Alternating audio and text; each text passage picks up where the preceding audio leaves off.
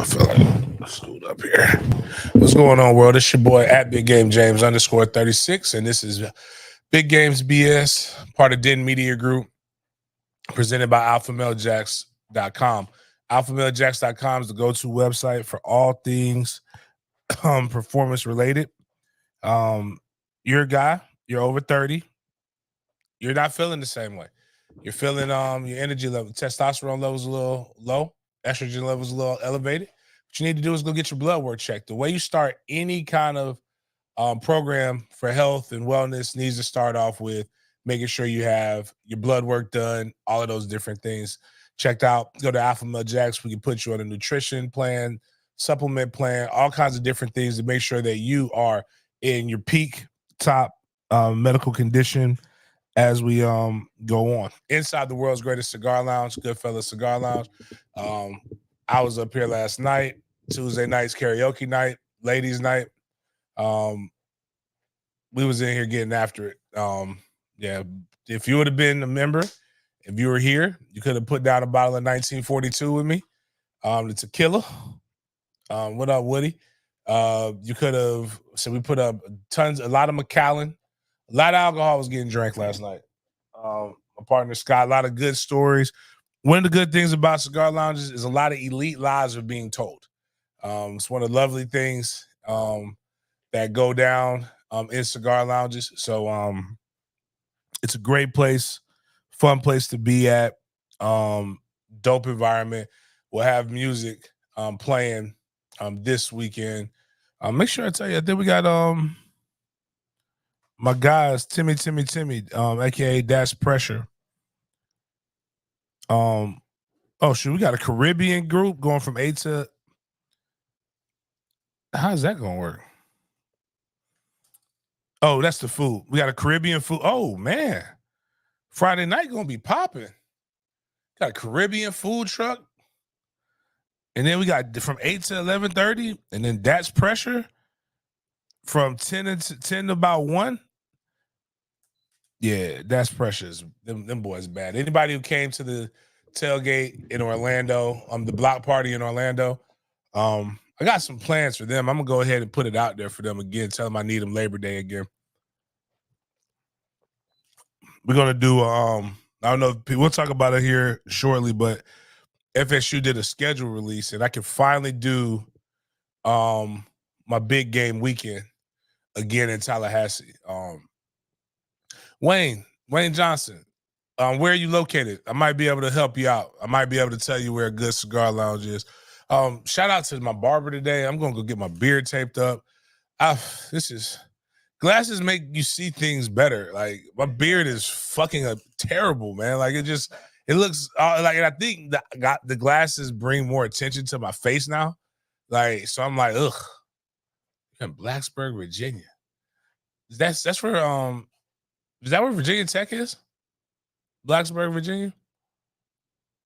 I don't know what that is. Anyways, what up, Jay Dave? But yeah, we're gonna do it. The goal this year is to have growth and increase. This is year 40 for me. This is gonna be year 40 for me. It's supposed to be a big thing. I'm terrified. I don't want to do my birthday. I'll tell you why I don't want to do my birthday. First birthday party I wanted to throw ever in my life was my 36th birthday. We're going to do my Jersey year. And you know what happened? Nationwide pandemic. World shutdown. Boom. Couldn't do anything. And I said, you know what? That's when we started doing the book bag drops. Said, cool. Do book bag drops and shit. Then I said, you know what? I didn't celebrate my 36. We'll go 36.2. I'll try this again. Try my birthday again. I almost died. So I learned my lesson is that the gods don't want me to celebrate a birthday. So, but what I will do is celebrate growth and try to continue to get bigger. So year 40, my goals are to get 10,000 subscribers here on the channel, 500 members. And we're going to take some of the things that we do already and we're going to enhance them. We're going to grow other people, but we'll talk about big games, big weekend. We'll always have that for Labor Day. That'll be my thing. Ludacris does that in Atlanta. He's been doing that where he has like his ludicrous weekend on Labor Day. Like I think I want to do a big games, big weekend in Tallahassee, especially if we have football games or whatever. So, but on the road to riches and diamond rings, real Kaneckas do real things. We're actually under 400 now. We're 380 380 away. Kind of more feeling that way. That is very true. Say almost died in Tintin, had no idea you were alive afterwards. They still don't know. They just see me random places and they think it's a ghost. But we're 380 away from our 5,000 subscriber. Let's do that. I want to get 5,000 subs. It looks like we're on pace to do this before or while I'm at the Super Bowl. So we'll be dropping a lot of content that week. So don't get overwhelmed, but it'll be fun. Shoot, I don't even know how I'm gonna do that. I may have to do I'm probably gonna fly out on Sunday now. So I'll be able to do my Monday show live from Vegas. And then we'll have all kinds of cool shit that we'll be posting up during that time. So but we want to get to 5,000. Once we get to 5,000 subs, we give away $500 to a lucky member, a lucky subscriber. Then we will probably do what I'm going to do for the members is I will do a member drawing, giving $100 to a random member. I mean, not $100, excuse me. Whatever the number of likes, we'll give that to a member. Anybody can get the big pot. That's the 5,000. Members can get the second pot. So technically, members you get a double whammy. Once we get past this, hot chocolate sag. Shout out to Hot Chocolate Sag for the new member, being a new member. Anyways, once we get you guys to that stuff again, the goal is to get the memberships up and do different things. If you're a 36-degree member or higher, tailgate tickets are free. That will be February, but you got to have it for 3 months. So February, March, April, boom, boom, boom. That gets you to 3 months for that. All the members, you get a free spring game ticket and you get a free tailgate ticket. Spring game is supposed to be April 20th. We'll be doing our Thug Dizzle there. All right. Side note, tomorrow. I'll be reading. I'm learning that the world gets real sensitive about the silliest shit. I sure did. Miles, I gotta send you this. We can go ahead and put this up here, man. Chris did one of them like little cool graphic shits. I don't know how they be doing that. I need some. Oh, side note, anybody know how to do 3D animations? Miles, I got some great advice on the YouTube. Like these YouTubes with the dope boys, nobody's bashing us on these. Except for the one person who said you shouldn't call Bobby Bowden a motherfucker. I'm like, man, fuck you. I was like, I didn't mean it like that. Like Bobby's my motherfucker. Like, shout out. But it was one of the greatest, most hilarious. And one I said, what makes it even more hilarious is that I sent Miles the wrong thing. Jemiah Davis, Jay Davis, I think you could share this on your Instagram. I don't know how you would, but I shared Miles the wrong thing and it made absolutely no sense what I was telling him. But then it made sense. And we'll show what Miles did with the edit here on the X story about Bobby Bowden. But tomorrow I gotta go. It's literacy week. If you have kids in elementary school, man, go read to your kids. I know some of y'all were the ones who didn't read aloud in class, but that's okay. Go read to your children. Go volunteer at these schools. These schools are really, really struggling, man. They need adults, in particular males. And let's get this shit done, guys. Go hang out with your kids. But I'm going to my old elementary school and I'm going to go read. And I've put the picture of one of my favorite moments in Literacy Week history, even though it wasn't Literacy Week, but he's one of my favorite presidents. Like, it's not for why you guys think it should be my favorite president. I happen to like W. W was wild. But I like the reading picture of W because that's when he found out that 9/11 happened. And people were like, you shouldn't post that because, 9/11. And I'm like, man, get the fuck out of here. It's a picture. It's not a picture of the Twin Towers. It's a picture of our president reading to kids. And I'm going to be reading to kids at my elementary school that I went to tomorrow. Then apparently I am the keynote speaker at Fairview Middle School. If anybody's watched this show enough, it's middle school I got kicked out of.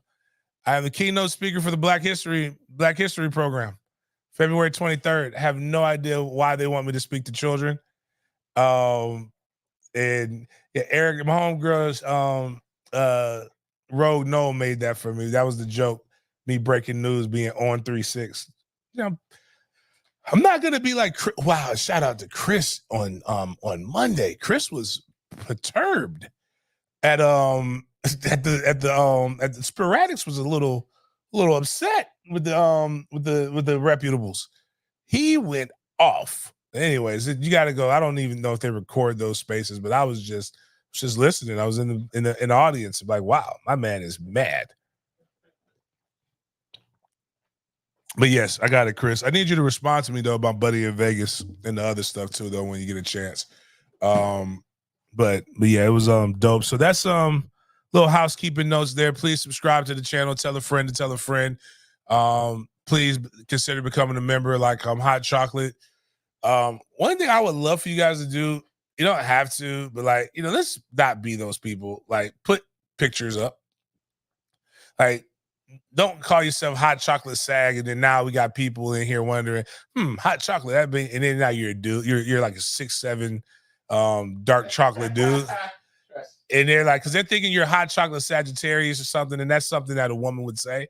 And I'm not sure I don't care what you identify as, but whatever, just try to keep the stuff away. It's for example, Pretty No Girl, that's really her picture. And she's kind of pretty. I'm not gonna lie to you. She, like, her name makes sense to what she's doing. You have Avon Lady Tanisha, that's what she looks like. You have Adrian, that's what Adrian looks like. You don't have to wonder if they're cross-eyed or they got buck teeth or whatever. Like, boom, it's like right there.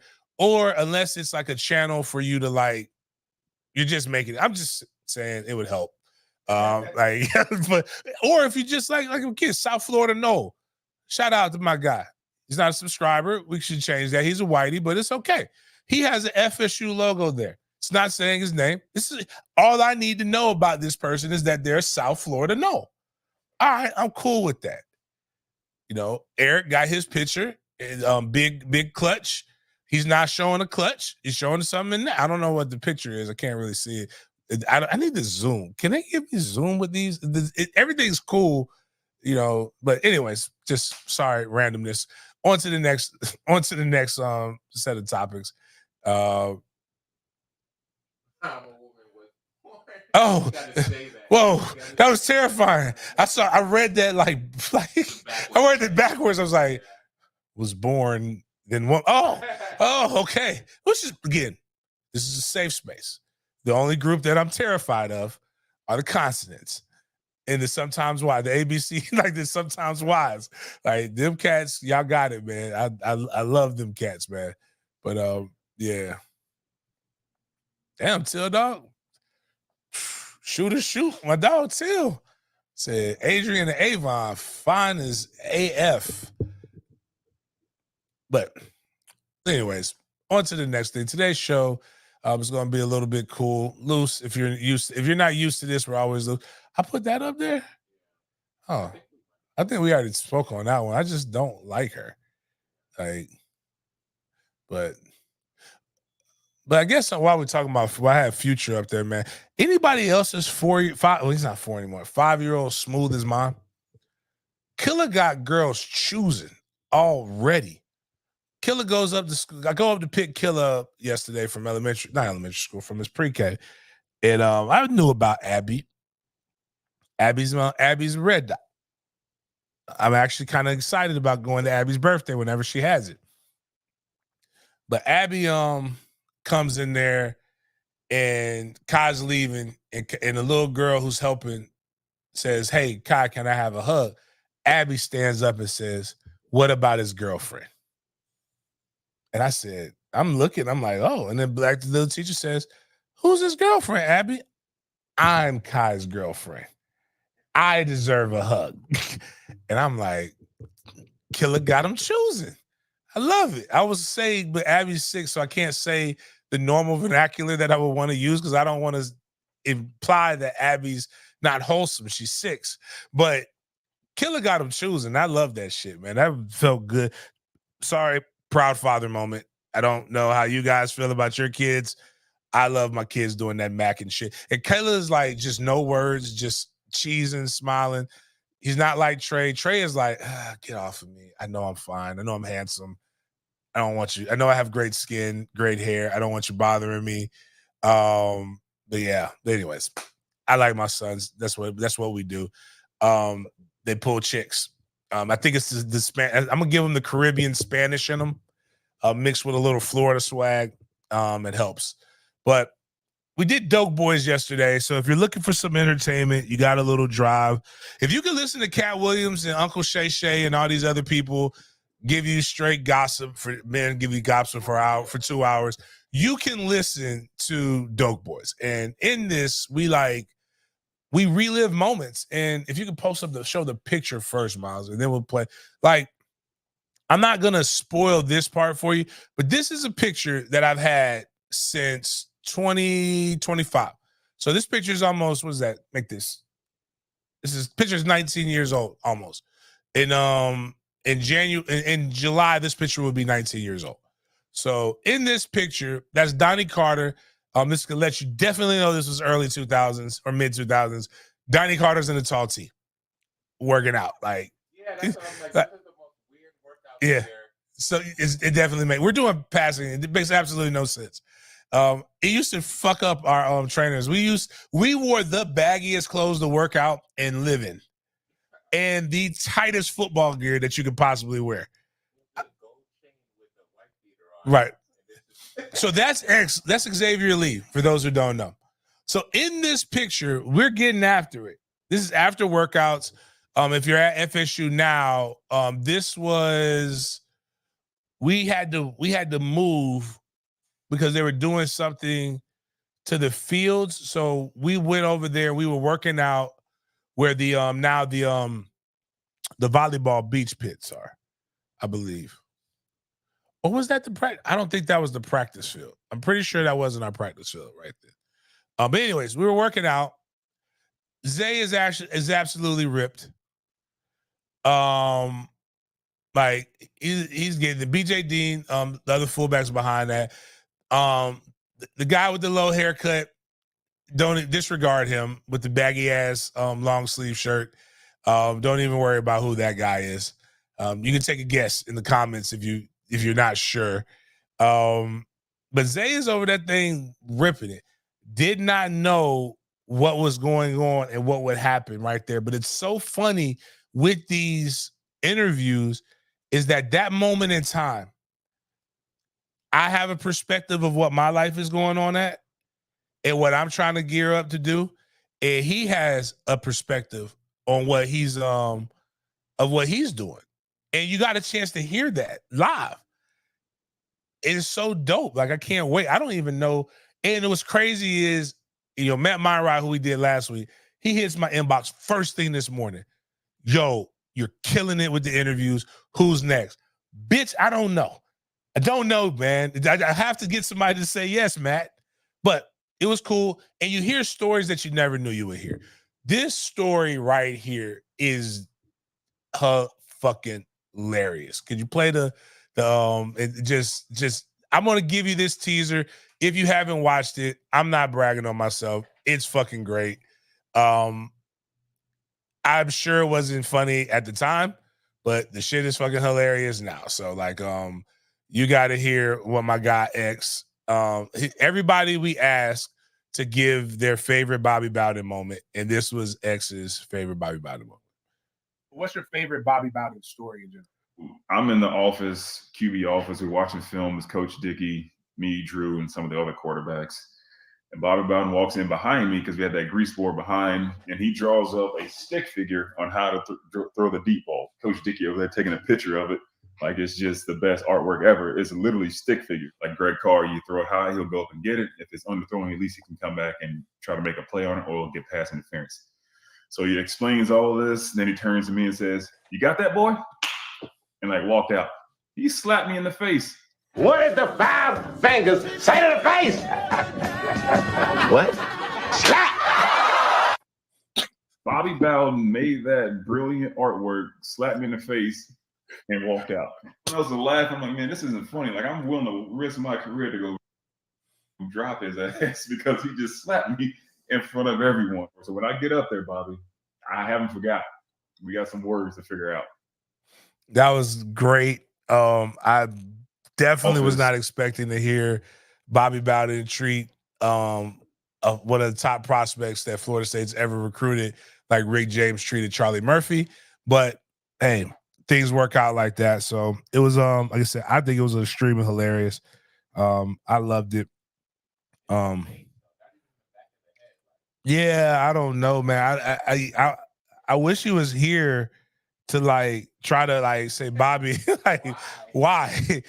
What were you thinking? It was the 2000s. Cocaine's a hell of a drug. We were all doing it.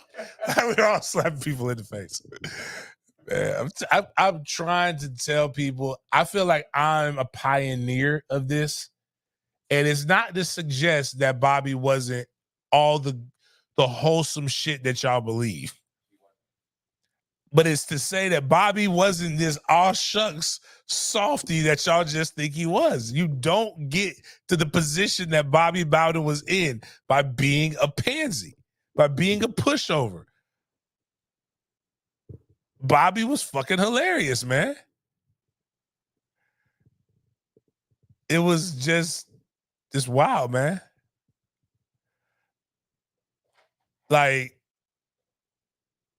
again, just Bob to control the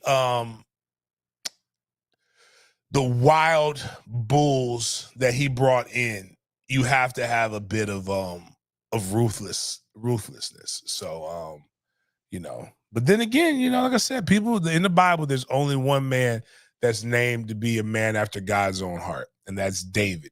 And David was a stone cold killer. And you know, just I think people take it. Have I ever told y'all the story about when Bobby Bowden cursed? Like, I've literally like it. Hearing Bobby Bowden curse, I felt so guilty. Like, I mean, it's like making Jesus cuss. And I think I've told everybody the story of the citywide paintball fight that we had. Luis, what up, primo? So it's all in the same thing. So I'll tell you this story. Story time. Wish we got that big. Get that big. You got a story to tell.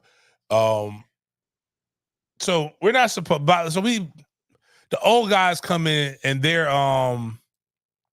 shot us. They shot us up. They had the airsoft paintball guns. Like, this was the first time I ever heard of these kind of paintball guns. Those are the ones that look like guns, but they have like the little orange tips. But they spray painted it so it looks like it's a real fucking gun.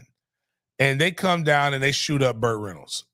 And because they're staying off campus or whatever. Burt Reynolds, the freshman dorms, they come in there, they get after us. They're shooting up our rooms. This is doing, I say, harmless 2-a-day pranks or whatever. It spills out. Bobby gives us like Sunday is technically our off day. So we spill out into the streets and people are doing stuff or whatever. And Bobby's like, we're playing a kickoff classic against Iowa State that year. So our fall camp was going to be condensed a little bit. So now that I remember, that's why our fall camp started earlier and that's why I was working out while I was 17. Now that I think about it. So we go in there, and Bobby brings us up at the end of practice. He's like, man, I know what you've been doing, man. Now, I'm just going to tell you to stop. Sheriff's called me. You're scaring the public. People think you guys are shooting real guns. Just chill out. So Bobby tells us to chill the fuck out, right? Bobby's like, yo, I need y'all to be easy, okay? So the freshmen, we just got our camp check. So like what they would do is they have to pay you to eat, or they have to feed you for the meals they don't provide during when you are in school and nobody else, when you have to be here and nobody is in the school. So it's like $300, but they give you every meal. They feed breakfast, lunch, and dinner, and then we would take stuff, but like they have some meals. So I guess it's Sunday or whatever, but we would take enough leftovers to go, right? Well, we go and we take our guns, we go to Walmart and we get our guns. And we had one person, I don't think it was AD, but somebody had a dark blue, midnight blue Escalade, and the windows were tinted. And we ran down, I think it was P. Hughes we ran down at the movie theater, at the AMC movie theater. So if you know where the AMC is in Tallahassee, at the Tallahassee Mall or whatever, we see him, he's with his old lady, right? And it's like middle of the day, broad daylight. Man, they roll the windows down. We called it rolling them down New Orleans style. Like if you ever watch the movies when the hit comes up, and they roll the window, or like if you see Baby Boy with Snoop, you roll with the windows, they're like right to eye level. So you can't really see who's in there, but you know somebody's there. And they roll the window all the way down. We go, pop, pop, pop, pop, pop, pop, pop, pop, pop. And so it is red paintballs. So my man is getting wet up and he's looking like, and then he drops. And people in public, people see this and they're like, what the fuck just happened? In Tallahassee, where during that time they weren't shooting like they are now, people just went missing back in the day. Like nobody got killed. They just, like if a hurricane ever hit Wakulla, a Carabel, and like it'll probably be a ton of open cases get closed because there'll be a bunch of bodies that are known. But that's for another day at a time. Bobby came up after we did our warm up. He called us up over there. He said, man, I told you guys to stop that. But you're going around here acting like a bunch of bitches doing this bullshit. And I was just like, oh my God, we made Bobby curse. And this motherfucker made us do 500 up downs before practice. 500 whistle blows. Like, let me tell you how diabolical these men were. So I've tried to do shit to kids, right? Like some of the punishments that we went through, and I don't have the heart or the patience to be able to do that. That is 500 whistle blows. For you people who don't know what an up down is the real word for the football punishment that you guys call burpees. That you fucking do for workouts and exercise is punishment. That's how I know humans are crazy. But Bobby Bowden cussed. And then after we were done, we went out and we started practicing. And then he called us back up because period 5 was, so practice didn't start yet, by the way. So we did that. Those 500 did not count toward the 20-hour rule. That was 500 punishments that we decided to do. Because we were so upset at ourselves for making Bobby Bowden curse. He just happened to have the whistle to help dictate how we give us a pace. But period 5 was break under the shade tree with the I think I remember that day. We had green Hawaiian, the green Powerade. The green Powerade tastes better than the other ones. We called it that Ecto Cooler for my people who remember the high C punches. When Ghostbusters came out, you get that Ecto Cooler in your life. That was delicious. So anyways, Bobby brings us over there. And he says, you know what? I was out of line. I should not have talked that way around our female trainers. Ladies, I apologize to you for using that kind of language. Men, I meant that. And then he walked off. Bobby Bowden, I know some shit was wild, man. Oh. Yeah, man. Eric, for the non-athlete, chop your feet, hit the ground with your stomach and get up. Repeat. You got it hitting your stomach, they would tell you no. Like, that's why when I watched the Tour of Duty on Friday, I was watching them do up downs, and I'm just like, nah. It's not the way that it was supposed to be done. You got to hit your chest. And do you know how hard that was? Like when you hit your chest, man, it takes the wind out of you. And then you got to pop up. You got to do it 500 times. And then the coaches are behind there being assholes. Nope. Hey, right here, 3-6. He did not do what he was supposed to do. That doesn't count. So we might have done like 520 or something that day. I don't really remember it, but like, yeah, but those are stories that we'll probably get to when I get to some other teammates and stuff like that. But I just want y'all to realize that Bobby Bowden was not some Jesus loves me carrying the sheep around or whatever like that. It's just like I don't even think the picture of Jesus is what y'all that if you are really being biblically accurate, I don't think he's the pussy that y'all try to make him out to be. Like, you know, sometimes he turned the other cheek, sometimes he flipped tables over in the church. Motherfucker was bipolar. But anyways, that was what's going on with that. But we had a great interview with my guy,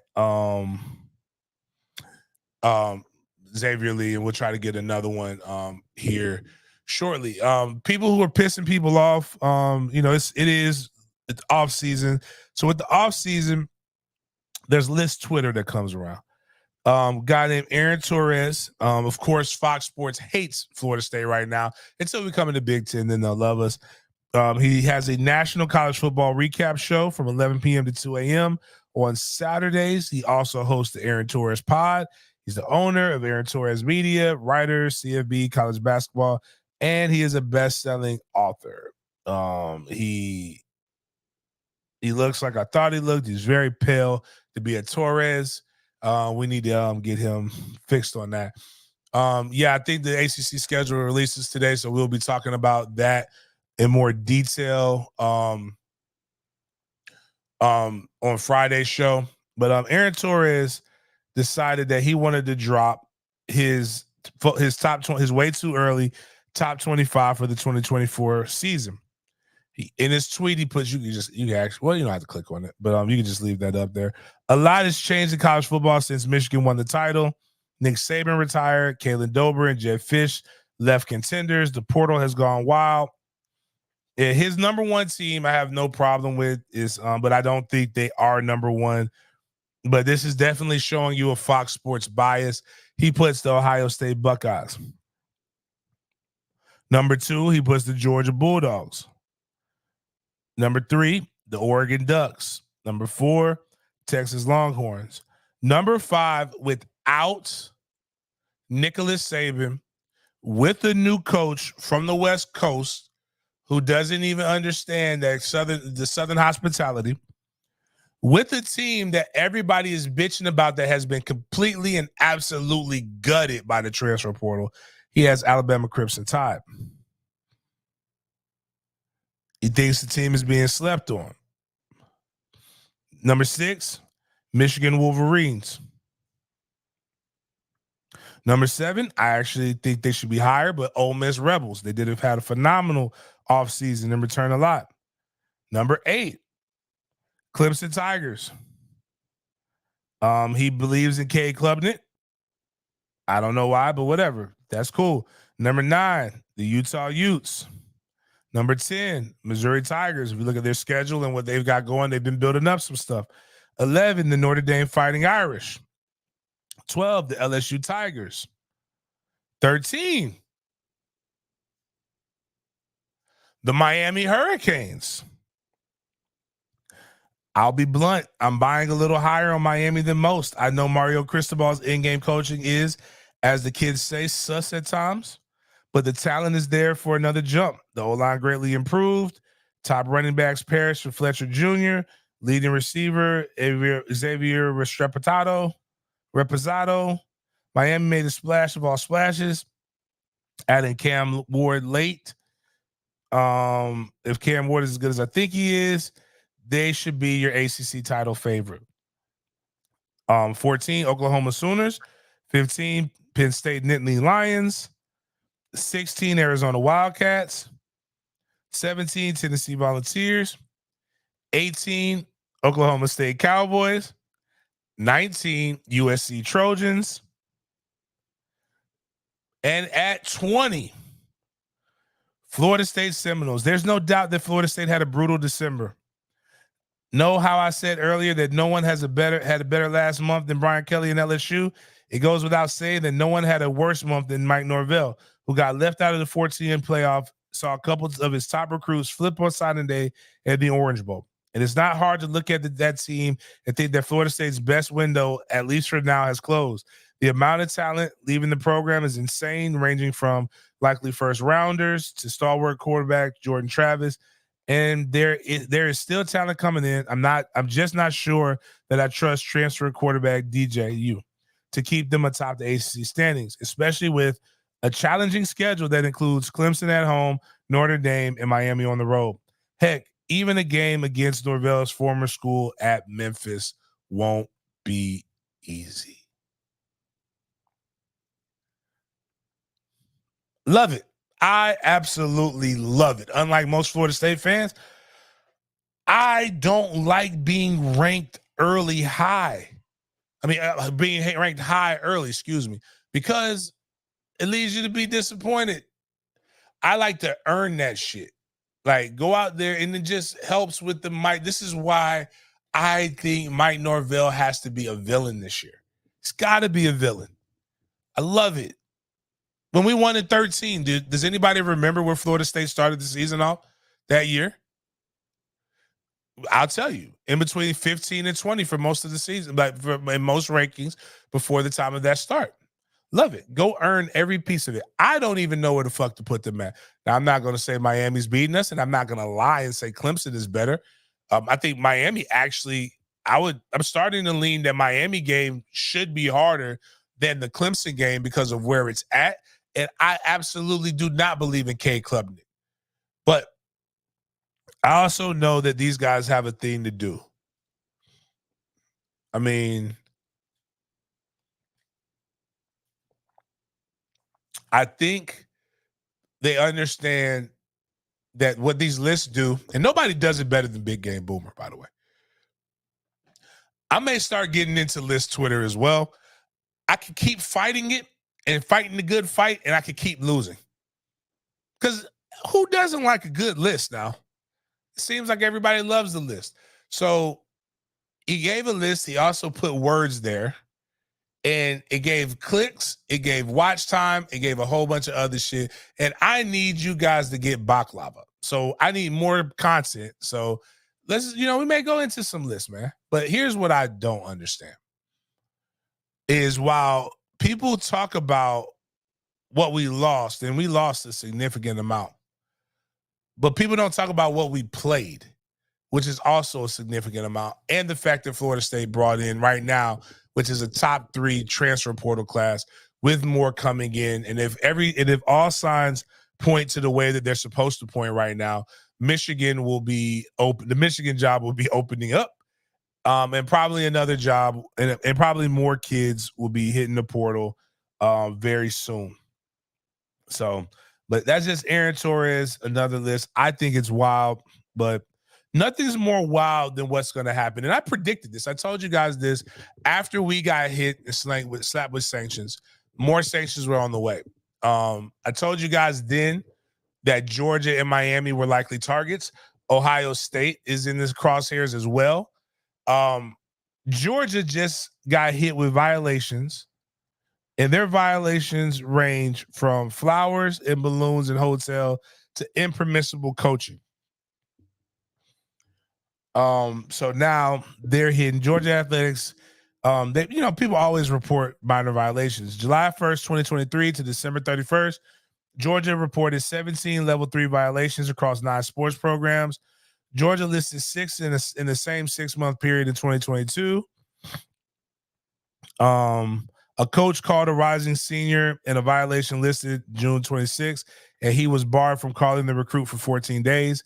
A coach phoned a junior in violation date February 14th. I guess he was telling them Happy Valentine's Day. The football staff did not call him during the permitted spring window to call juniors, could not contact the recruit by phone or electronically for a 7-day period. Football non-coaching staff member broke a rule in violation of September 6th by taking part in a practice drill, exceeding the accountable coach limit. He was prohibited from attending any activities with players for 7 days. Various players received compensation that marginally exceeded expenses for appearing at a charity event. That means $100 handshakes. The players donated the excess expenses to charity, and the charity and players received rules and education. Georgia basketball player family employment official visit. A family member of the men's player was employed part-time in an hourly position on 3 dates, violating an NCAA rule. Family members won't be allowed to be hired during the next 2 years, and compliance will review future candidates. They're cheating everywhere. Women's basketball. They gave balloons in gymnastics. Even tennis and track and field got violations. Like, I think what I like about this is that they're all in. They are all in athletics wise. You must cheat. Everybody's cheating. So I hope we get more. When you get violations, that means you're committed. Demetrius, we're getting into that. They said Demetrius Shaw puts, these people said that Mike is the 12th best coach in college football and had Brian Kelly in front of him. Like he hasn't beaten Brian Kelly 3 out of the last 4 times they played. It's just a wild thing, man. Like the disrespect is cool. Disrespect is sometimes needed. But here's the wild part. We always people talk about broke boys, right? Broke boys. Why is Florida State leaving? Why is Florida State continuing to say we don't want to be in the ACC? I've made this thing where I've said it before. I believe there are 130 some FBS schools. There are not 130 schools that have an opportunity to win a national championship. If there are 40 every year, that is a lot, which really leads you to where it's going, and that's a power too.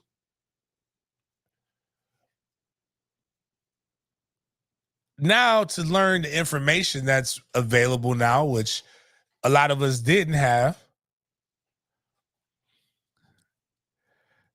from 2016 to 2023, my guy TJ Outmore, we're gonna have TJ on. We're gonna nerd out again. I need to nerd out with my guy TJ.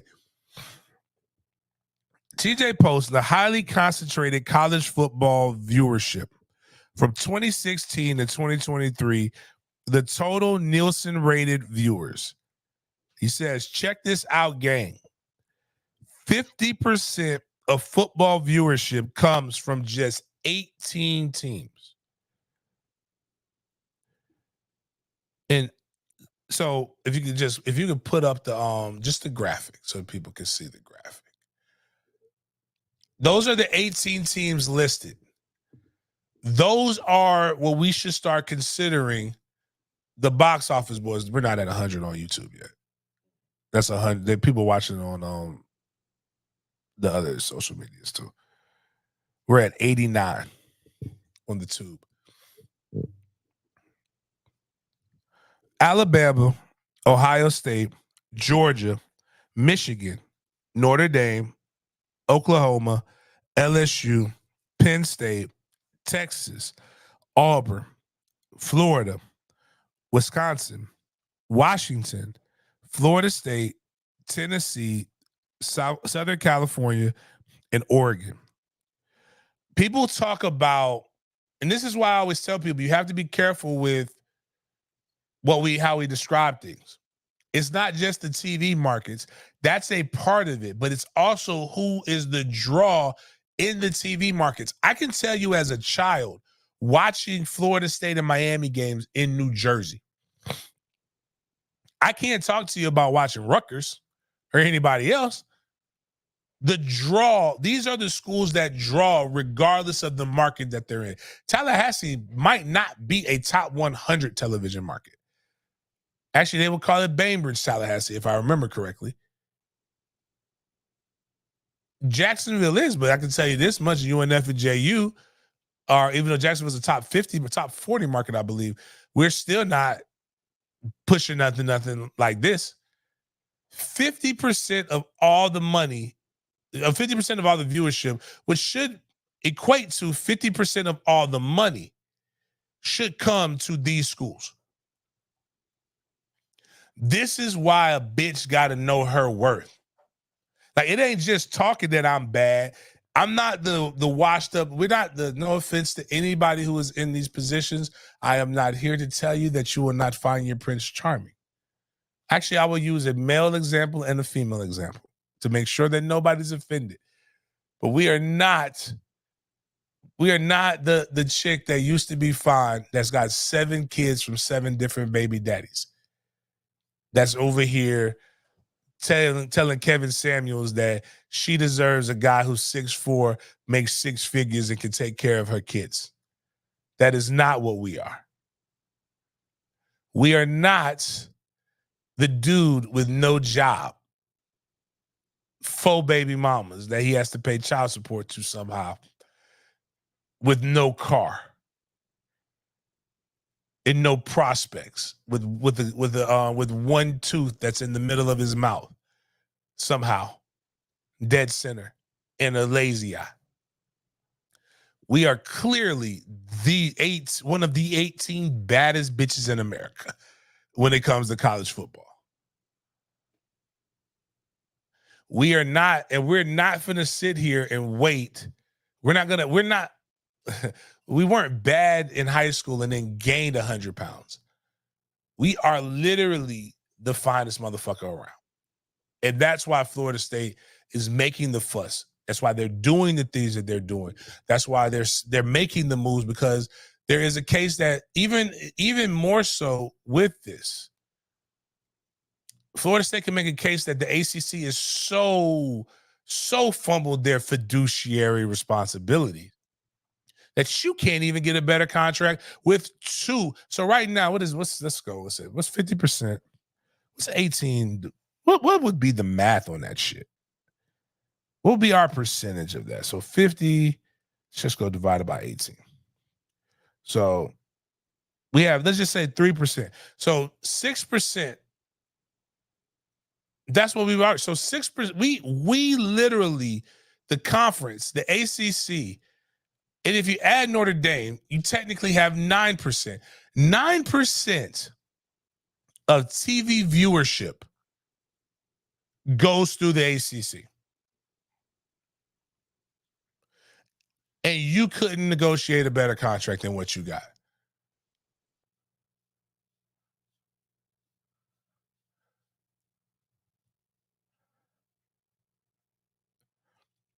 Like, are we being serious here?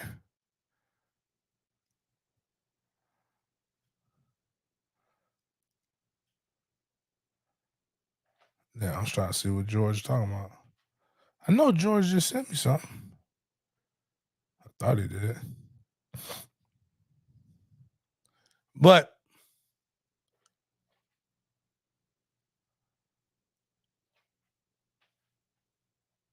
I don't get it.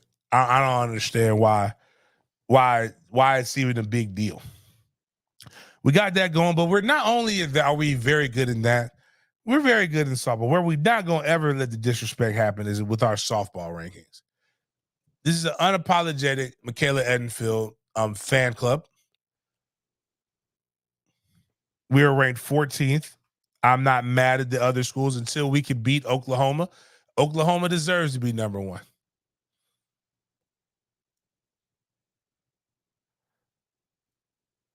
Still sucks though. I still think we're going to win a championship with them. And my guys with no game day, they broke down the CBS. They're not excited about DJ Ukulele or DJU.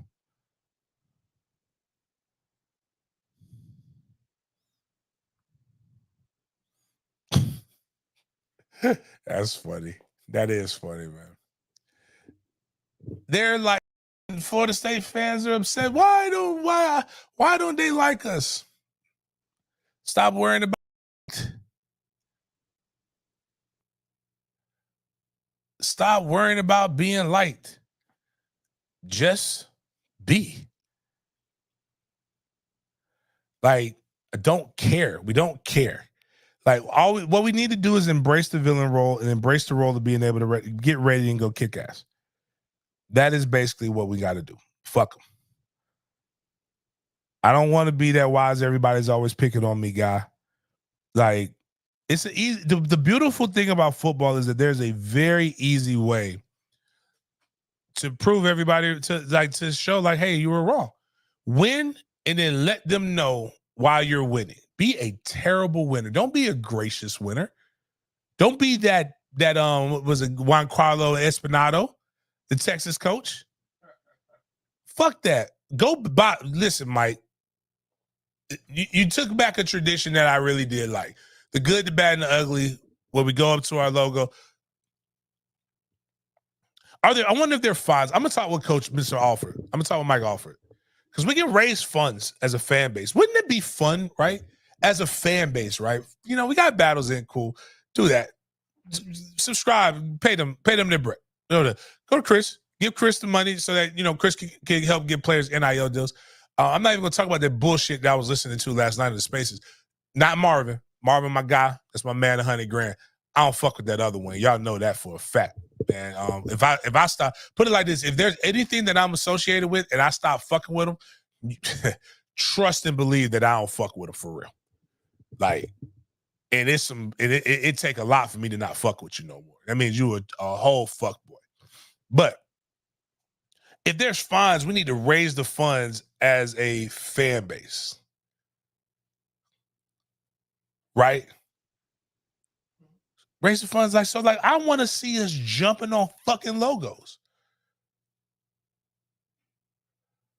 Like, I want to see us stomping on logos. Fuck you. Fight me, bitch. We'll whoop your ass on the field and off the field. That's what we used to be known about. Oh, shit. People want me to talk. Bottom line, Mickey-No-Be 1851 full of shit. Is that concise enough? Mickey-No-Be 1851 is not what it was. I think I talked about before. Is not what the fuck I signed up for. Actually, I should have told. That was my fault. I left the spaces because I was so fucking aggravated that motherfucker went up there and lied about that shit, about what it's supposed to be about. That motherfucker, and you can attest to anybody who knows me, I had to cuss him out almost every day. It was exhausting because it was about trying to raise money for nothing. That is not what NIL is about. It was a measuring contest between him and somebody else. So when we're talking about that, now that doesn't have anything to do with the Laser Center. That's legit because that's outside of the Marvin Jones Laser Center, is outside of their scope. That is part of the College of Entrepreneurial Studies.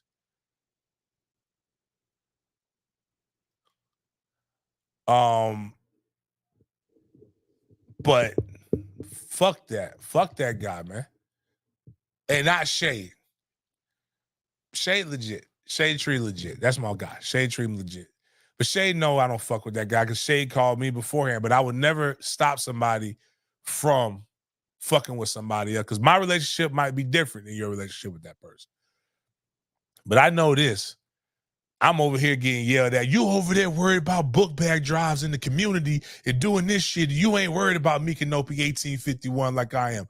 What the fuck are we worried about? Motherfucker had me go sign up 85 student athletes.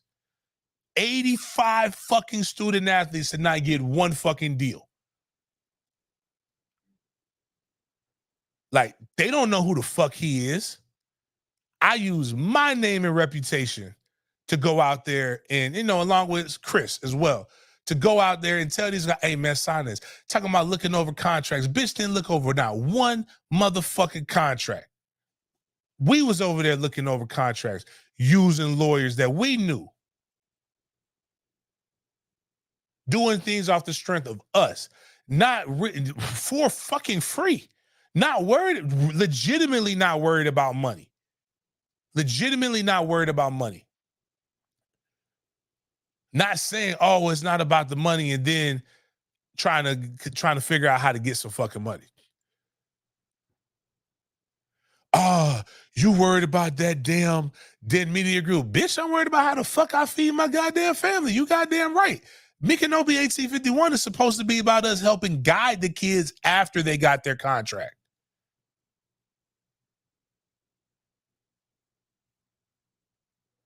Like, what he did was, and this is why I'll give Bob Davis props a little bit. But Bob Davis is a fuck up too. I ain't even gonna get that. That's why we fucking on the hook for shit now with the NIL problems and shit. But Ingram and them, it is about raising the money to get these kids to be active and do stuff. Very upfront and to the point about that shit. But like not necessarily trying to dick kids over. Kids just aren't. They do have contracts that are to protect the school's best interest. Not the school, excuse me, because that's confusing things. To protect their entity's best interest. But even then, if the kids would just let somebody read the contract and explain it to them, there would be no confusion because it's really not that confusion. It's really not as bad as what some people think it is, and it is not a 360 deal. It's just a deal that states you will complete your obligations in this year in a timely manner, or you owe us X amount of dollars. And if you cannot contribute to what we have agreed to, and you go, meaning you go somewhere else, then we will tax your ass to get that money back there in which we were rightfully owed. And what should happen and what Mickanobi 1851 was supposed to do was you get a deal like that. We help you oversee that deal. We help guide you so that you can make money in the long run. But anytime somebody tells you that they're trying to work on your long-term financial health, you're like, at fucking 18 years old, they're a crock of shit. There's no way you can do that. How do you tell a kid? Like, not all NIL deals are six-figure deals. Some of these deals are 24. I'll tell you what some of these deals are. Some of these kids are lucky to get $1,000 a month. That's $12,000 on a year, tax with no taxes added to it. That is not fucking setting you up for financial future. That's not generational wealth. It's not transferable wealth. $24,000 is not that. $36,000 is not that.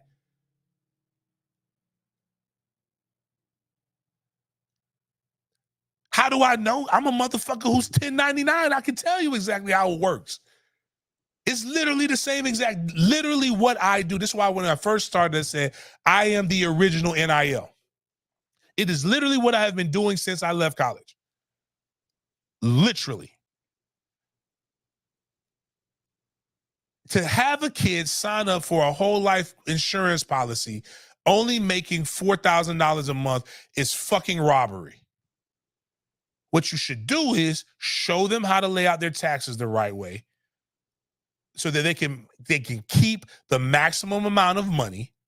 Show them, yes, make sure their credit is immaculate, and then show them how to maybe live their lifestyle based upon what they're doing. That is something that if you are a mentor, you should be wanting to do it for fucking free. Period.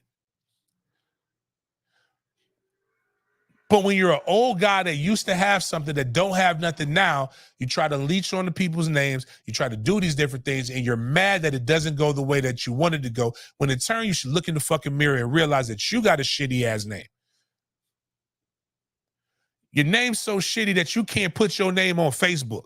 You can't put your actual name on Facebook.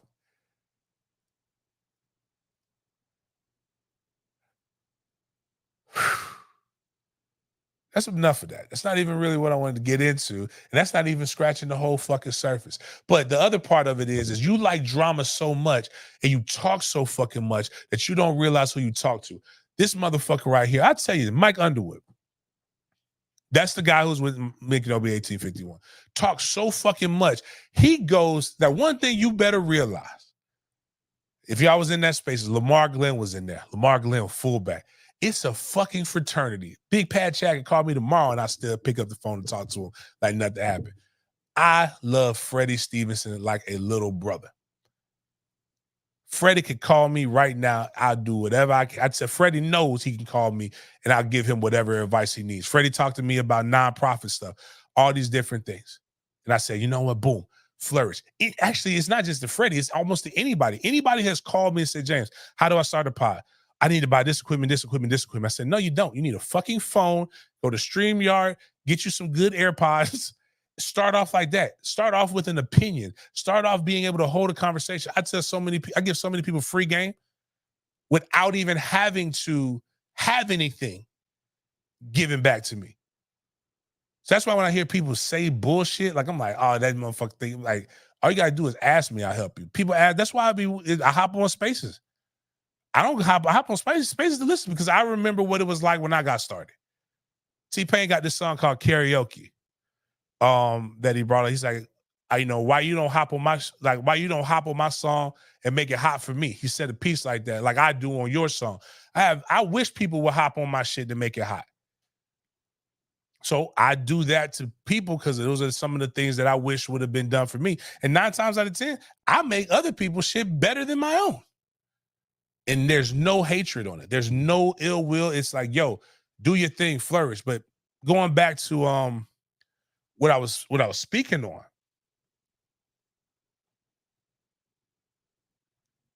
Like this dude, so Freddie has a great movie a book that you should read first, that turned into a documentary that I told Freddie's like, man, I can't get you in. I want to get you into this. I said, nah, man, you ain't even got to worry about that, dog. I'm not doing this for that. Me and Danielle Kelly were one of the first people to come up there with that. And that's how I met this dude. Because he wanted to flex, he wanted to put Freddie up there on blast. Told Freddie he was going to buy like 1,000 of his books. It didn't. And then in turn, try to flip it on Freddie. And then try to come back and use Freddie once we got the Micanopy 1851 thing done. But then what I did, and if you don't believe it, ask Sporadics, he can literally account for all of this shit. So in 2023, I said, you know what, Freddie, we're gonna do a live viewing of your movie on campus. That's what I wanted. That's what we want to do. So we're doing this stuff. We're moving forward. All this stuff is happening. I'm supposed to be getting some bread from somebody. Somebody's obviously they don't have it, which is fine. I bring it up. Boosters come to me. Hey, man, we're going to take this from you. Woo, woo, woo. We're going to do blah, blah, blah. We're going to do this. We're going to put it in the Champions Club. But no, first we were going to put it in another room, and all athletes were going to watch it.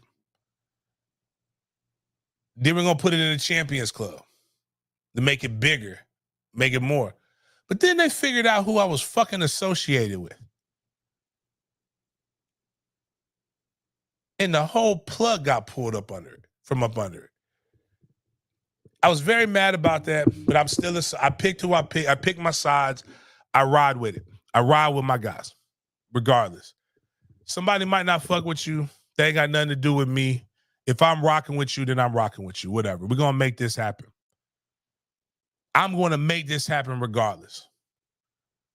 So I start calling around. I want to do the AMC Theater.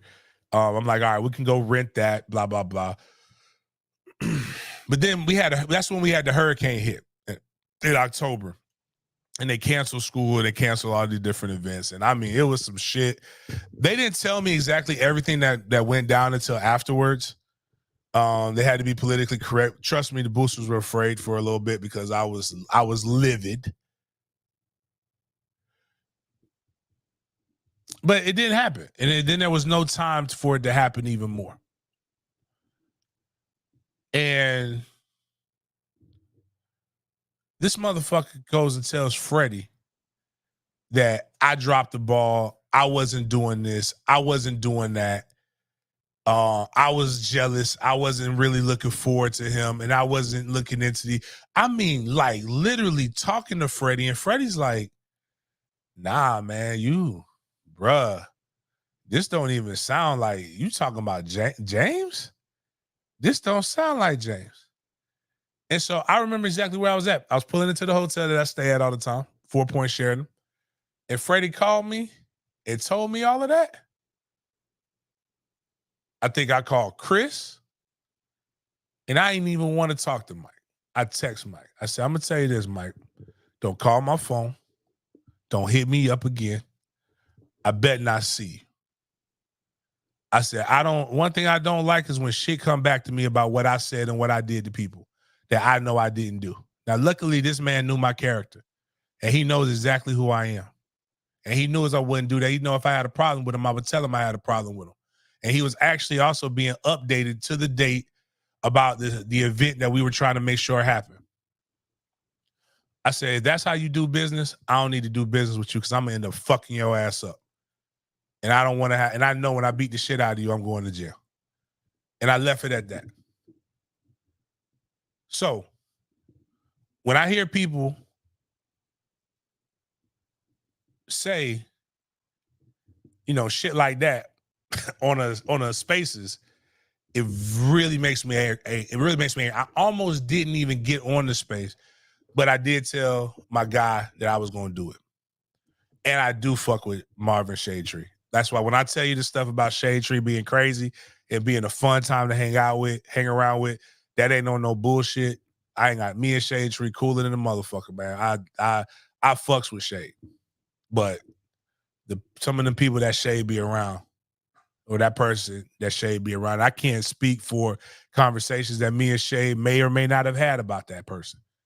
But because that's not for that's us. But at the end of the day, I just tell them don't bring that motherfucker up around me. But yeah, so that's y'all little Cat Williams tea or some shit like that. Got me deviated off the fucking topic. But to quote myself, fuck him with Magic's dick. How about that? Still going into so Miami. Miami has some issues that's going on. Shout out to my guy Bobby, who that's a great. We have another hurricane too that was in here. I just can't remember his name. I saw him the other day. He came and joined. We have more than one. Luca's in here. Okay, Boz, you can't put the number up now. We have 104. But so if you guys got any questions, y'all can you guys can call in. Yeah, man. Damn, that shit got me mad. Y'all got me mad in a motherfucker right now, man. I don't even know why y'all told me to do that shit. But we got Miami is it's Luke and somebody else. I just can't remember the other dude's name. But we got the phone lines going right here. Let me make sure I shift over to the other YouTube channel now that I know we're here. You can bring up those videos with the Miami guys. You got Cam Ward, Ja'Curry Brown, which I always find Miami fans love to brag about how they bring people in, they develop people, they play them. We only get people from the transfer portal. And they literally got a quarterback that's just like Cam Ward, but they're they're not even fucking with Cam Ward right now because they're so happy. I mean, with Ja'Curry Brown, because they're so happy about Cam Ward. And that's wild. But here's what makes me like Ja'Curry Brown, because he's over here being a real one and basically stating that he don't really give a fuck about all of that. Let's listen to what the young man has to say about competition and what's going on at the University of Miami. No, he's like, Cam just came here. I was like, no way. He shared his screen with me. I'm looking, I'm like, yeah, because he had already announced he's going to the NFL. So I'm like, yo. But then I hear the details of it. I'm like, yeah, if it was that, then I'm definitely gonna come back in for another year. It ain't nothing against him. You feel me? If the number was that for another year, even if I'm come back and I'm gonna retool my shit. And at the end of the day, bro, it's up to him and whoever's advising him is I don't know. You feel me? It's kind of weird to think about because you told him to declare for the draft, but I think it was a tactic. He might have used that as leverage. Bread, you feel me? Yeah. Kind of like how Tyler was oh, I'm going to Bama if y'all don't woot this, that, and the other. Yeah, you feel that me? was smart. Yeah. You know what I'm saying? So it's smart, but at the same time, you think me, I'm about loyalty and relationships. So if you trying to pump fake me, bitch, you don't really want to be here. So I want people That's wants to be here. That wants to be here for real. I'm not no star whore. Like I ain't finna like go chasing down, you feel me, like a guy that like, you know what I'm saying? Like, cause then at the end of the day, is he gonna gel with the guys in the locker room? Are they gonna buy into him? Yeah. And then if you do that, you lose the whole team. You feel me? If the guy that you choose to be the guy ain't the guy for them, you know what I'm saying? Right. And I mean, like we'll figure that out over the next couple months, you know what I'm saying? And then however that goes, however they want to put it, you feel me? That's just gonna. But I'm gonna be the hardest worker in the room. I know I can control that. I can control my accuracy. I can control how I present myself every day, my attitude, and if things ain't going right for me, like where's the value at? You feel me? Like where a guy that's loyalty, bust his ass since I came in. Like to be honest, when I first got there, bro, like I was shit. Like I was good. Like I could throw a. I mean, I think that's some maturity right there. No, on his part, I would actually want that kid to I would actually want that kid to be the quarterback for me. I've said it, and Miami fans think I'm trolling. I don't think he's that bad of a quarterback.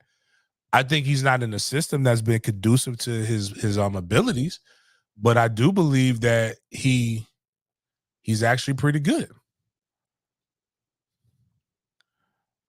I think they could treat him better. But for my Miami guys, shout out to Bobby.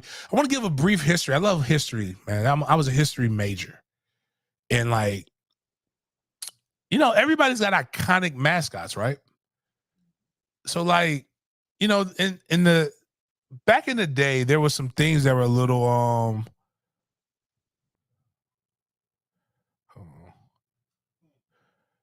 I got some breaking news here, but we're gonna go with this first. So can you click on this right here? Like, one of the things about being like, remember Chuck E. Cheese and Showbiz from my older people? Like, there were those machines were, the animatronics were freaky, man. And like, there's like this like urban legend that one of the like they had to discontinue one of them because it was like spooking out the kids. But like, when people would say that I'm a Miami fan, I've always been a Miami fan, and they're like older than me, or like my dad was my poppy was a Miami fan because you know the Cubans and shit like that down there. Like everybody was. So your peoples was rooting for this. Like that's what y'all was fucking with. Like this was the original Ibis. So you know the thing that's running around. I know they don't run around that much because Miami doesn't score a lot of touchdowns, but like he got one ashy leg out. With another sleeve, with another leg, with another stocking pulled all the way up in a dress. You know how they say men shouldn't wear dresses? Does that look like an Ibis dress? It's a man. What about it that makes me think KKK? It does definitely give. It gives vibes. Right? Like, I don't know why. It gives vibes. So this is the original Ibis that they used to try to. I think there's some more pictures of Ibises through the years on this thread. So we just want Miami. Again, I'm trying to let Miami fans feel welcome. This was Sebastian the Ibis is seen in 2 football moods, fighting and fretting. Human Bird was a spirit booster invented by boys in San Sab. Now this is the one right here. Yeah. This is the one that definitely I see this shit in my sleep. This is terrifying, man. This is, and I do not mean from a football perspective. This is like some sick, twisted, dark fantasy or some shit like this. This gives pedophile vibes. Gotta lock them up.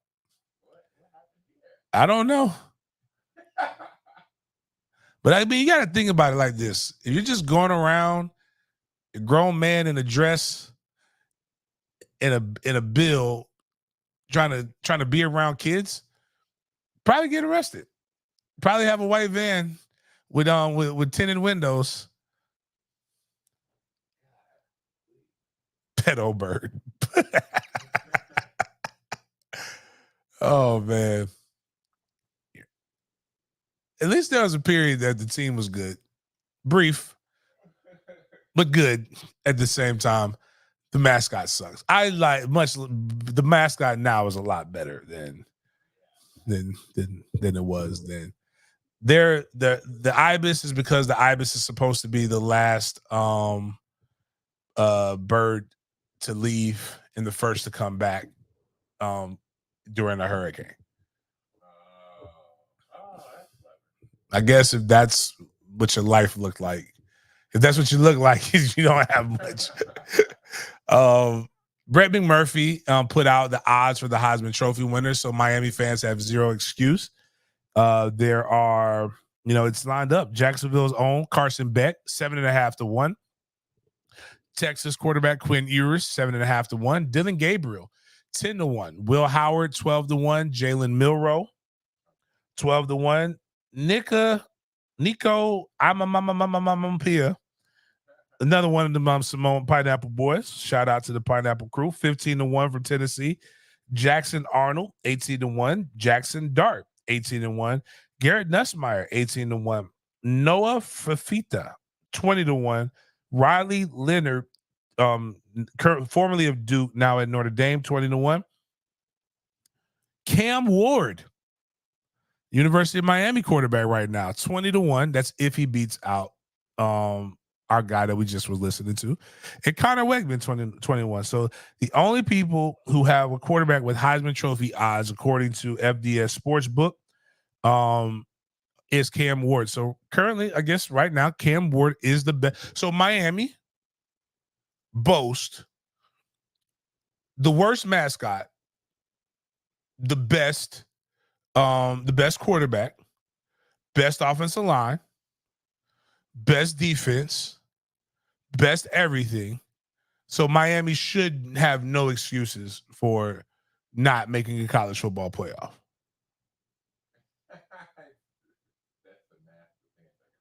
But this was what they used last year. Then it was like, oh, well, this is a rebuilding year. Bitch, we have you on live saying, like, you are canonized saying that you have the best of everything, but you keep getting your ass whooped. Something's not adding up. Yeah, that's it. Girl math and Miami fan math. Actually, no, you got to say fan math because we're not. We do some wild shit too. Yeah. But nobody's worse than Miami and Florida fans. They're pretty bad. Florida fans are out here trolling, like knowing that their world is in despair. Like, it's kind of like in those, like when you knew, like Genghis Khan was a bad motherfucker, right?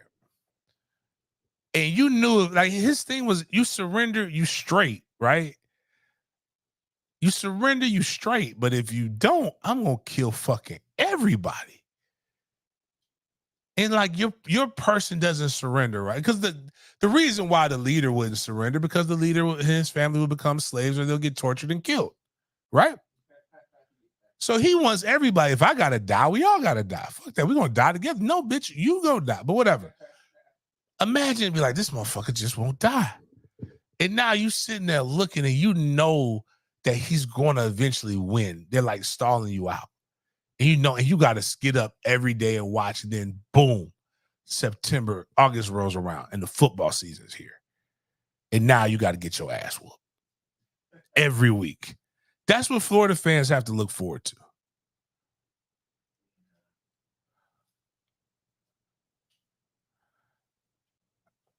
It is what it is. D-Shaw, man, Miami fans love to poke at how people talk about their players, but then forget that they literally told the 9th-year guy, go get a job. Which I'm not saying they're wrong about that. He does need to go get a job. Start a family, bro. Like it's over. Like clearly you're not going to the NFL. Not with that injury report. Getting into scouting services. So NCAA, again, another vent. I'm going to be venting a lot, and then I want to skip over one thing. But like, scouting services are like your 247s, your on threes, all of these different things. They say they rank guys, and then everybody believes that this is like the candy. Outside of the fact that I believe you can either play college or you can't. Go to the TJ Pittenger one. Shout out to TJ and his thing. So I'm gonna use him, and this is because he brings up a very good point. And this happens far too often. And the problem is that they tried to explain it. And the explaining didn't make any sense. Damn it, FSU. Jay, you fucking up my breaking news. Now I got to talk about it. Pause that. Click FSU J111. I think that's what it says. Yep. All right. So now I got to go to my text message that I just got because I don't want to seem like Josina Anderson, but he put up there FSU trustee meeting this morning, approved FSU ability to approve loans to athletics. So in the Board of Governors meeting, this is what I got right here at FSU approving. Okay. I don't know what Ira was reporting. Anyways, so approving the ability for FSU to loan athletics money. No numbers will be mentioned, and maybe not even a reason. This will be able to fund the exit fee for the ACC. I do know the fund they will be using only has about $300 million in it. Was told the final number better be much less than that, and they are budgeting it at. Anybody who's listened to my show want to know what FSU has been budgeting the exit money to be? I'm gonna give you guys a check because if you listen enough, you know I've had a very specific number of about what FSU will probably try to pay for the exit fee. There you go, Eric Irvin, D, boom, boom, boom. That is what FSU is budgeting for, but the hope is zero. And I don't think zero is off the table. I've been very specific about the $150 million number. I love it, man. It's just boom. These people have been listening.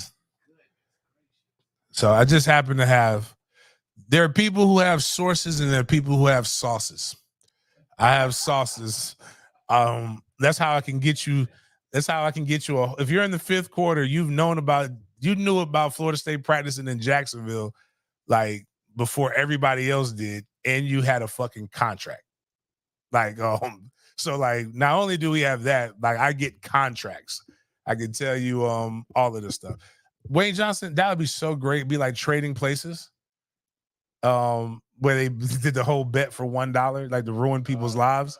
Like that should be how it goes, man. But yeah, so derailed me a little bit. I was trying to wait a little bit, but I appreciate it. That did just happen. Uh-oh. Hello? Hello? You sounded like you just crunching up paper. I was from an unknown number.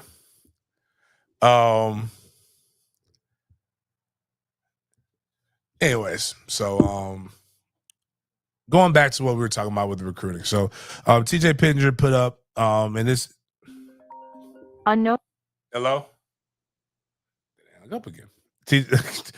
All right. He put up this and this was about our tight end, but it's not just about our tight end, it's about numerous other people that have hidden. Like all of our recruits took major drops. TJ says, I'm not a ratings conspiracy guy, but how exactly did Landon Thomas drop 100 spots on the 247 rankings in 4 weeks without playing a single game? Now, what I want people to realize, he didn't play a fucking game. Actually, he enrolled early. Unknown caller. Came to practices. Hold on. Hello? What's up, man? You trying to get off? Yeah. All right. Somebody got to wait. We got only one at a time. Can you hear me? Can you hear him on the thing, Miles? He was, but now he's not saying that. Oh, there you go. All right, what's up, baby?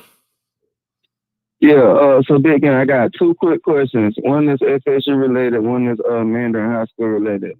So the FSU question is, I seen that you went to the tour duty the other day. What stood out about you to the team, and what stood out about the size of our defensive line? Our defensive line looks a lot bigger. Outside of Patrick Payton. Patrick Payton definitely needs to figure out what he needs to do. Steroids, HGH. Don't really care what at this point. Don't really care.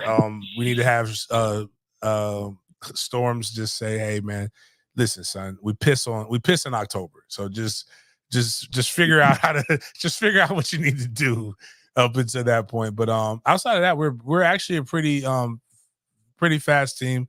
The tour duty is not mad drills, but they do move a lot, they work a lot. And what I saw was a lot of cohesion, a lot more guys willing to work and be out there, which I believe is a pretty big fucking deal. So, and what's your Mandarin? Okay, hey, y'all got that boy Brody over there? Brody Jennings, Brody Brad's youngest son. Brad's son is he still got it. He ain't got the Brad DNA yet. Let me rephrase that. He's not as big as his daddy and his brothers, but from having coached against him, he has his daddy's DNA in him. A little bit more than others. I coached Brody, man. He got everything. I'm just curious if he's playing with Mandarin this year. Yeah, he's there with us. Oh wow. Yeah, we got him and there's another kid. I wanted the guy who I think his name is Corey Matthews that owns Bok Chicken. Yeah, little Corey. Yeah, little Corey. He go to UC. Yeah, well, so he went back to UC? Oh, I'm not sure. I know he was at Sandalwood last year. First. He was at Sandalwood last year. Okay. But I would like him, but like, outside of that, we got the people gonna talk about the one like Brody is Brad has been friends with Toby for years. And his best friend is our OC, Bernie, that's at Mandarin. So like the connection there, especially with whatchamacallit stepping down, he's doing what's best for the side. I wish Brad would coach. That would be crazy. You want to talk about people who bad shit crazy? My guy Brad, they call Brad. Actually, that's somebody who I got to get on, but he just Monster's interesting. Like it's really his nickname. Like that wasn't a nickname that he was given. I mean, excuse me, that's not a nickname he picked for himself. That is a nickname that was given, and Bobby Bowden called him Monster. When me and Brad went to go to their last practice here in Jacksonville, I remember, Monster, is that you, Monster? I haven't seen you in so long, I said, shit, this motherfucker really was a monster. Like we heard stories about Monster. Monster was whispered about. But yeah, man, that's basically what we got, man. I appreciate you calling, bro. Yeah, this is Jemiah Davis, man. I got you now. I know he is now when I see you call. Now, when we switched, oh, my bad. And guys, this is the Pure Image chat line. I forgot we got a sponsor for this. We will have a new number come up. That's who I got to get. One, his name is amazing. Big Throw Athletics. Shout out to my guy, D Haven. I got to get D Haven on. Craziest thing. So the first philanthropic thing that I did at Florida State, right? When I took a bunch of kids, I should not have, I honored them for the nice act, but I should not have had to do it. These tagging them were so sorry that the kids wrote encouragement letters to them. And it was bad because I'm like, that was a good thing by the Jits. That was a great thing. So I went over there and I bought that entire class and a parent tickets to the Florida State game. Luckily, we won. It would have been very, very bad if they got a chance to meet the president. They got a chance to meet the then athletic director. They got a chance to get on the field for half a second. I want to say, Thrasher took him on the field, but they got a chance to meet D Haven. And D Haven was really good. And then D Haven, fought through again. He had one of them life altering moments. Like he had a stroke, I think, like the next day. Fought through it. His daughter throws at Florida State, or was a thrower at Florida State. Again, great guy right there. But yeah, I need to get Monster on. Monster's crazy. I had a couple of people that I saw call in, and I had to we can only take one call at a time. We ain't got no we don't have administrators here or secretaries here, so but if you want to call back in, call back in. But the way that somebody did say they hate the text, they hate the call line because it kind of fucks up the flow of the show. And I get because I could be talking about something else, and they're gonna bring it back to Florida State. We may have to put rules in for the call line, or whatever. We'll figure that shit out. But my man Landon Thomas was is really, really good, regardless of what this bullshit ranking has for him. But when you look at it, it's like no games have been played. So on December 18th, he had a 94 ranking. He was the 87th ranked player in the nation. Now, before he committed to Florida State, when he was committed to Georgia, he was a 5-star. So that means to be a 5-star, I believe you have to be top 25 ranked player in the nation. So let's just look at the fall. So they thought before the season started that he was one of the top 25 players in the nation. So since, let's just say August, he has dropped 170 fucking spots. And he had a good season. But just since December 18th to in a month, what is that? Why are we doing this? TJ asks us questions and he asks 247 Sports. And Andrew Ivan says, hey, I'll answer you. Thomas didn't end up making it to one of the All-Star games, but there were other tight ends that did. We're always going to value prospects with the most information available. We were waiting and waiting to get verified and another live exposure on Thomas and thought we would see him in December, January, but didn't. Also placing a premium on tight ends with multi-sport backgrounds. So because he did not play in the All-Star game in which they wanted to, the marketing game that they can go make money for to get a whole bunch of other stuff, he dropped 100 spots.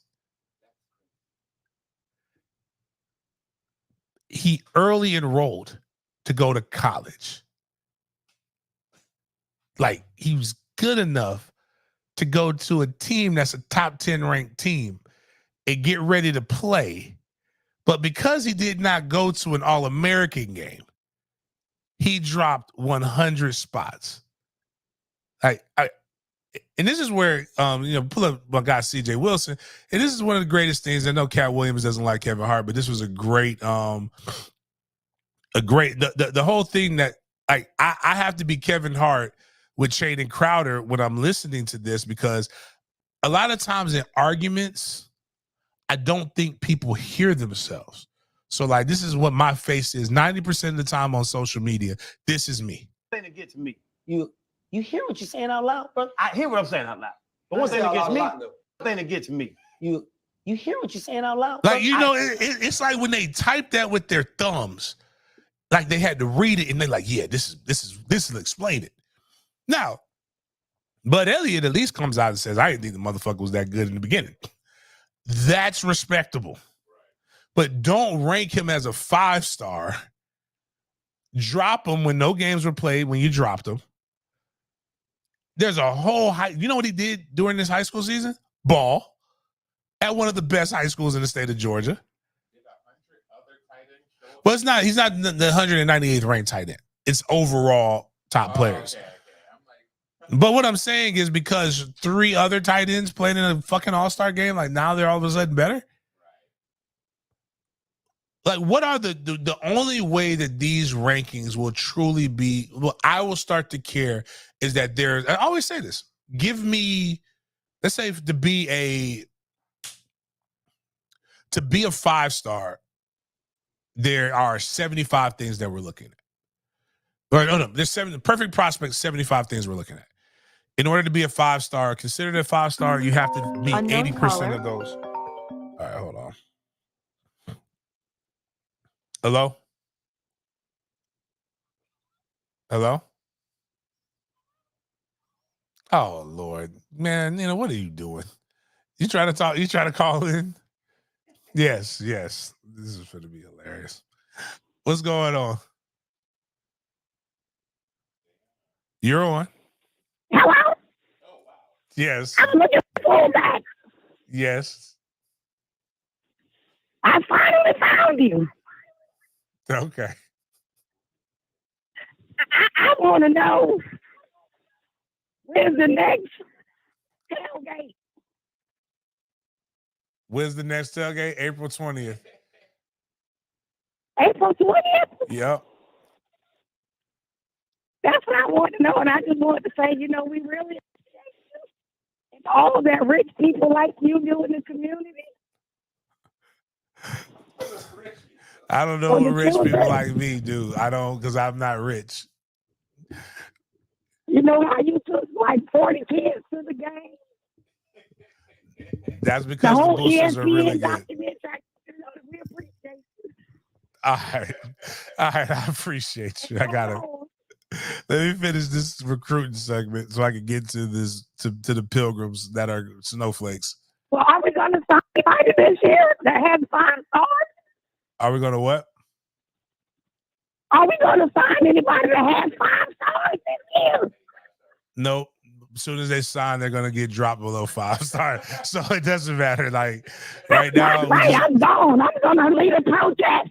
We just got to get 3 stars with heart. That's all. That's what we got to do. I'm going to lead a protest. I'm to home 3. I'm going to 247. I'm going to rivals, all of them. That's why we're starting a new one on 3-6. Like that's the new. On 3-6, I'll support it. They right. don't like FSU. They're jealous of us. Everybody's jealous of FSU. That's what it sounds like. All right. They're jealous. Let me get off the phone. I'm losing people watching. Nina's fuck. Yeah, Nina fucked up the whole vibe. Like we're over here got 88 viewers now. But anyways, got to shut down the call line. She's funny, man. Shit. Anyways, long story short, don't worry about the recruiting rankings. Shout out to Hugh Jackson, loving the HBCUs, sticking around. I love it. My cure for HBCUs: find people who want to be with you. I really want to talk about this lady who is loud and wrong at the same time, but we'll go for that one a little bit later. Maybe I'll say that for the next show. I was minding my own business yesterday when I was at my so go to the next one, snowflakes. I was minding my own business and we were vibing at my son's orientation at River City Science Academy. And well, no, it's for 6th grade. It's like there's a potential school we want to put them in.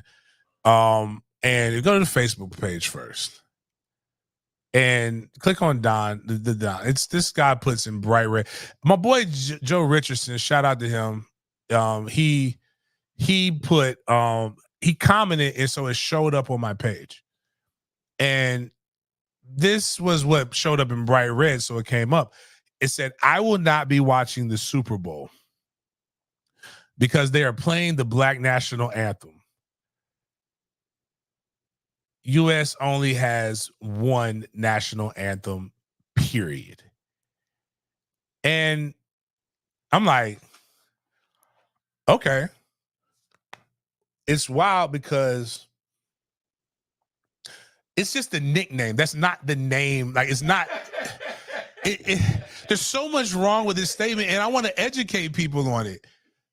Because the irony is one of the schools that my son might be going to is James Weldon Johnson. James Weldon Johnson was born in Jacksonville, Florida, and he wrote a poem, and the poem is called "Lift Every Voice and Sing."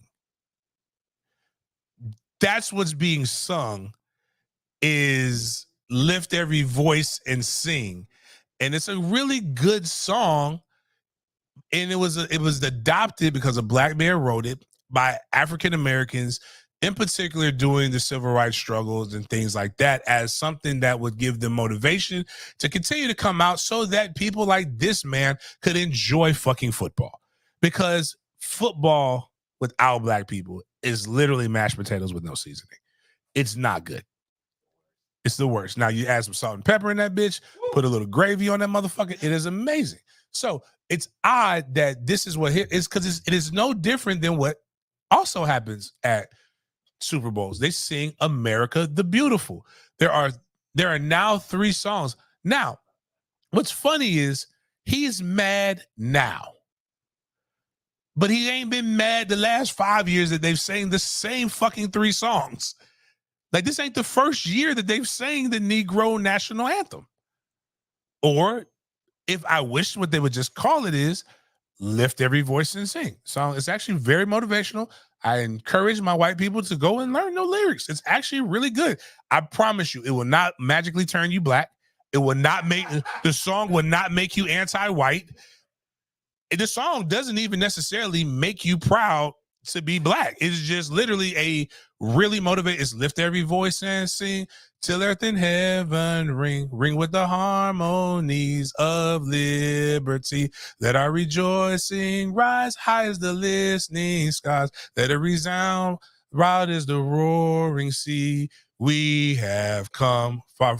We have come from a place where our dark past has taught us. We have come shedding the that the president has brought us, facing the rising sun of a new day begun. Let us march on till victory is won. It literally's got great lyrics. Very fucking American. Are they taking away the old national anthem? No. So what? No, this actually the national anthem's the last one sang. Oh. It's like the other ones come first. Boom.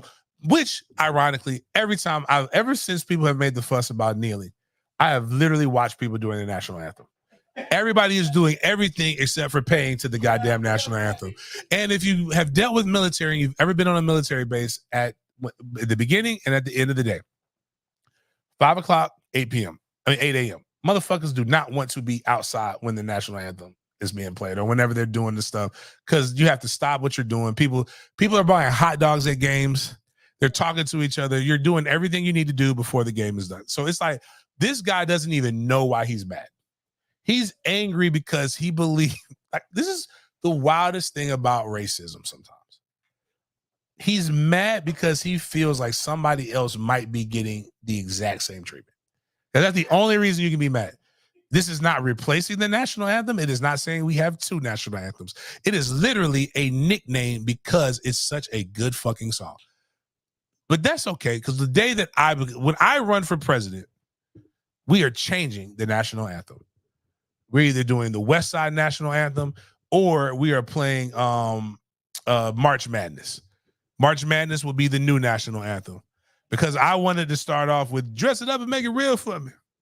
Whatever the fuck that means. That, imagine going to war or before every game, you had to hear March Madness.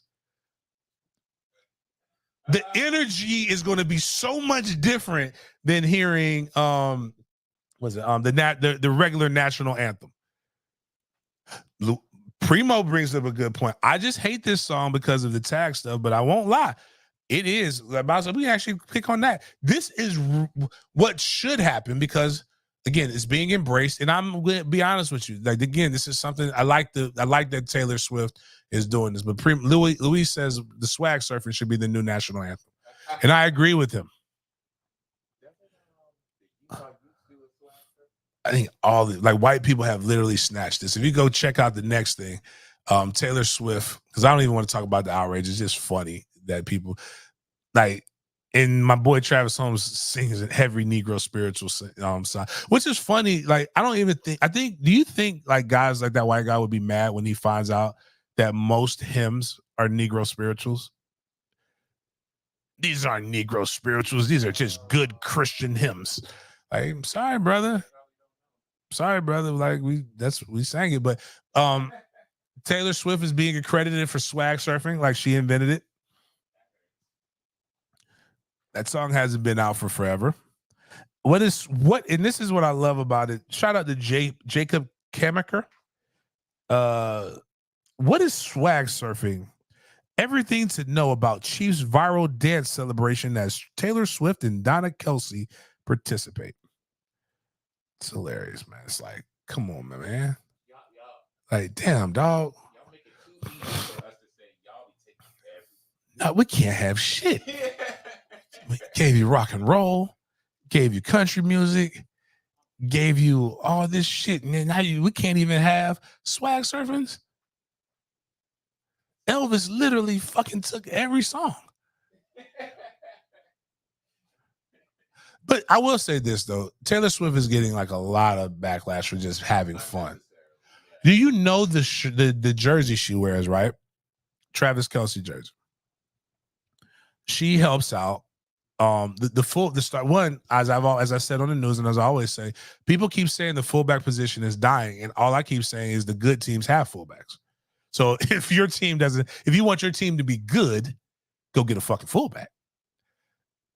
I come at a rate, you have to give me a few months to get in shape, but I will do what I need to do to be able to make that bread, to be able to give you a few plays. I got some more left in me. But Travis Kelce gets her gear from the fullback's old lady. Yeah, well, but I think it's the fullback for the 49ers, though. Like the one with the weird last name. But anyways, the point is she's actually helping the cause.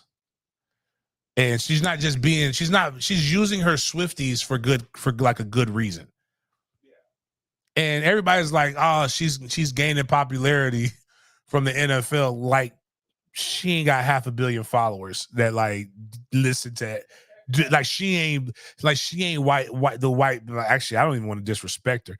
I don't even know how to do this because Beyonce is Beyonce and Taylor Swift's Taylor Swift. But like the only correlation that I think black people would, or people who like listen to urban shit would understand is Beyonce, right?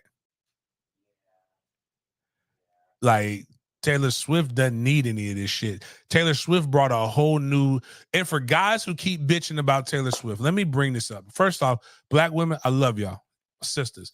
Side note, sorry, Dr. Umar. 100% understanding why brothers jump ship though. It's not just about like the offensive linemen that are needed in these next few classes, but like it's just it is some peace that seems that some of these brothers are having. Even Tim Scott got him one, even though we know like she's so down, she know Tim Scott gay. Like some of them are just so down to like just, okay, I know you're gay and this doesn't mean anything, but we're going to build together. Like, but I'm saying all this to say is that Taylor Swift is coming in and she's like building everybody else up, and she's not having to like, it doesn't have to be about her. It's just about her. But my sisters keeps thinking that like that Travis Kelce fumbled the black chick, even though she was fine. But like, she ain't Taylor Swift, dog. Like she ain't like, she didn't bring anything. Like what they like, what?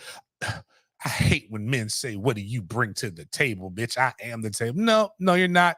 She's on fucking IKEA. Like, if you're the table, Taylor Swift is IKEA.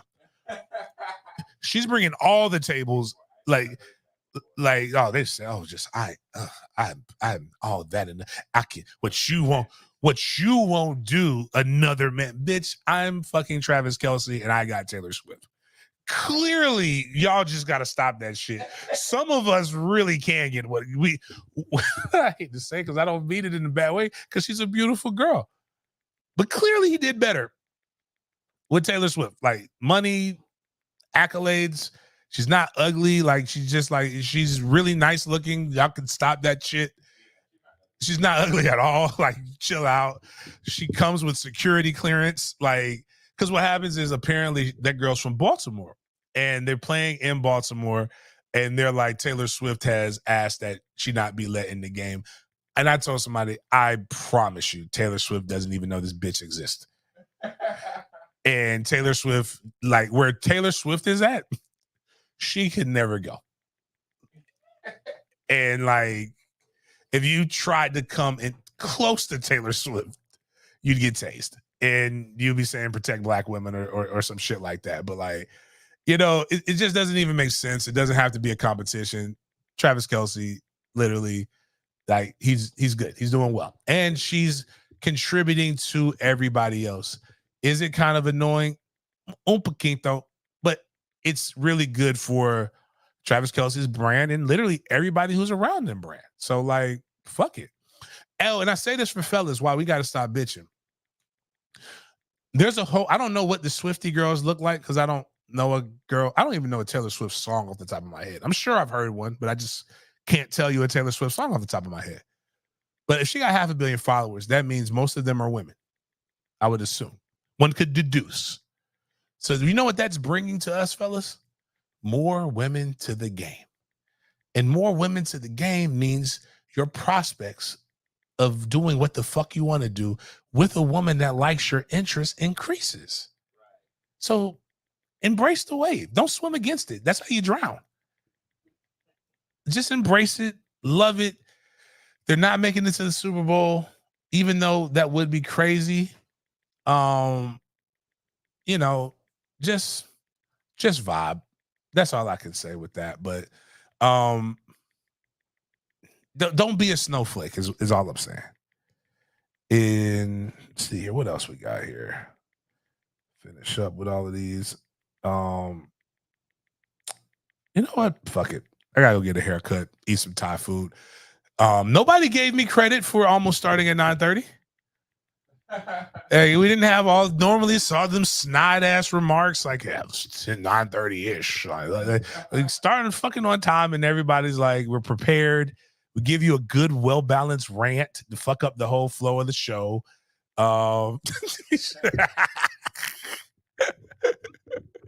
Anyways, man, appreciate you guys for chopping it up with me, man. Again, continue to press to moving forward to try to get to this 5,000.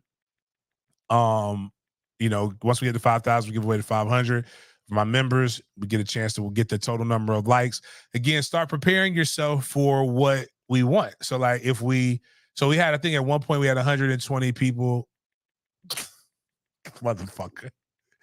But I'm turning into a white man. I'm turning into Jim. Jim Coleman. Jim Coleman here. But we had 120 at one point. Need to make sure we click that. So that would have been $120 that could have been given away on a live show. That also helps with the algorithm, helps push the show forward as we continue to try to grow the base and other different things like this.